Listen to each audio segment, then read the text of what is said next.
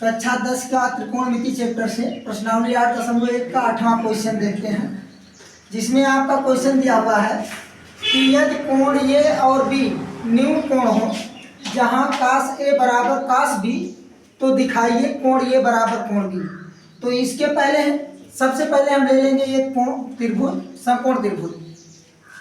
अब ये आपका समकोण त्रिभुज हो गया जिसमें कह रहा है ए और बी न्यून कोण है, तो इसका मतलब ये तो आपका एक 90 अंश हो गया। न्यून कोण आप चाहे ए इसको मान लें या इसको मान लें, बी चाहे इसको मान लें चाहे इसको मान लें, सी नहीं मानेंगे क्योंकि सी आपका इसमें समकोण त्रिभुज में वो समकोण होगा ये सी। अब ये आप चाहे यहाँ ले लीजिए चाहे यहाँ ले लीजिए, ये दोनों न्यून कोण है। अब जब न्यून कोण है तो आप सबसे पहले क्या दिया है, कास ए बराबर कास बी। तो सबसे पहले हम निकाल लेते हैं कास ए। तो कास ए बराबर आप जानते हैं क्या, ये देखिए लाल बटा कका आपका सूत्र होता है जिससे आप आसानी से निकाल लेते हैं साइन कास टैन के क्रम में। तो ये हो जाएगा आधार बटा कर्ण, कास ए बराबर हो जाएगा आधार बटा कर्ण। तो यहाँ पर आधार आपका देखिए क्या है, ए के लिए ये ए सी आपका आधार होगा, तो ये हो जाएगा ए सी बटा और कर्ण आपका वही होगा ए बी।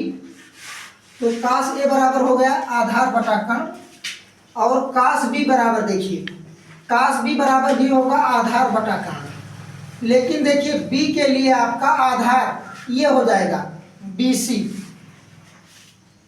मतलब जिस भुजा पर कोण बनता है वही आपका आधार होता है। ए के लिए कहा गया तो इसका मतलब कोण, इस कोण की बात किए तो आधार आपका ए सी था इसमें। कोण बी की बात किए तो ये इस भुजा पर बना, इस नाते आपका एक आधार बी सी हुआ। अब देखिए कह रहा है चूंकि कास ए बराबर कास बी, क्यों, ये दिया है इसलिए देखिए इसलिए क्या हो जाएगा, ये ए सी बटा ए बी बराबर बी सी बटा ए बी।